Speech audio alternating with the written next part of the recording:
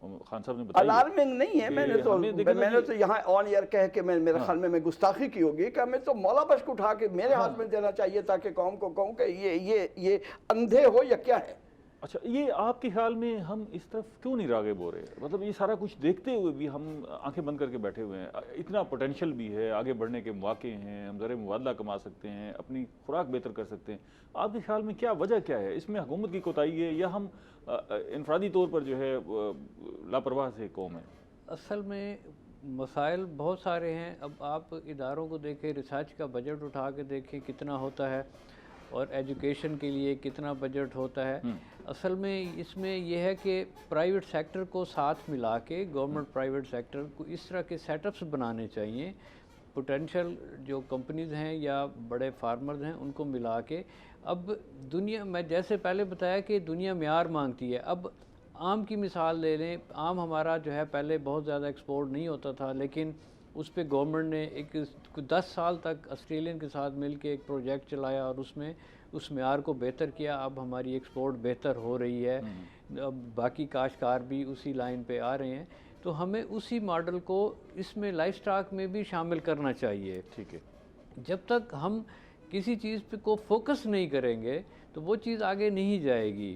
ہمیں ہر سال آپ اسٹڈی کر کے آئیں, انٹرنیشنل ماڈل اسٹڈی کر کے آئیں, اس کو آ کے یہاں فروغ دیں اپنے اسٹوڈنٹس کو بھی. جیسے خان صاحب نے تو ٹھیک کہا کہ جی جو آپ کی تحقیق ہو رہی ہے, جو کچھ آپ پڑھا رہے ہیں وہاں پر, وہ وہی یونیورسٹی تک محدود ہے, وہ ٹرانسفر تو نہیں ہو رہا. فیلڈ میں اگر آ رہا ہو وہ سارا کچھ, وہ جو دیکھیں میں انڈیویجول ہوں, میں جا کے باہر اسٹڈی نہیں کر سکتا ایک ماڈل, سکسیس ماڈل. آپ تو کر کے آ رہے ہیں, اس کو پھیلا کیوں نہیں پا رہے آپ؟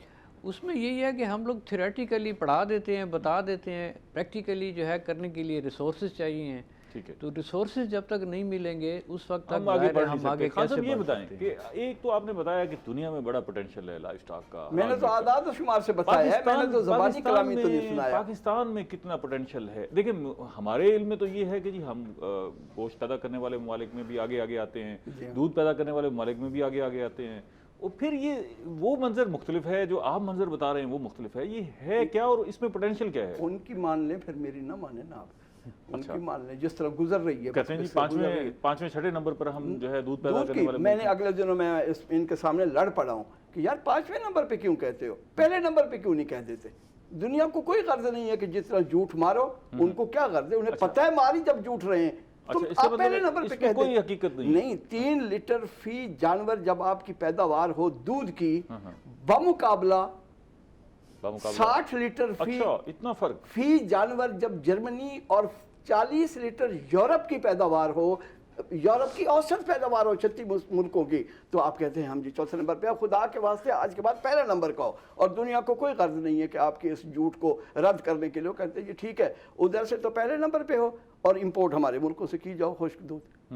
ہمارے ہاں تو دودھ پینے کے لیے دستیاب نہیں ہے. ہاں تو پھر اس لیے تو آپ 4تھے نمبر پہ حیران ہوتے ہیں کہ یہ کیسے 5ویں نمبر پر 4تھے نمبر پر موجود ہے. ہمارے پاس دودھ پینے کے لیے دستیاب نہیں, گوشت کھانے کے لیے دستیاب نہیں. میں مان لیا.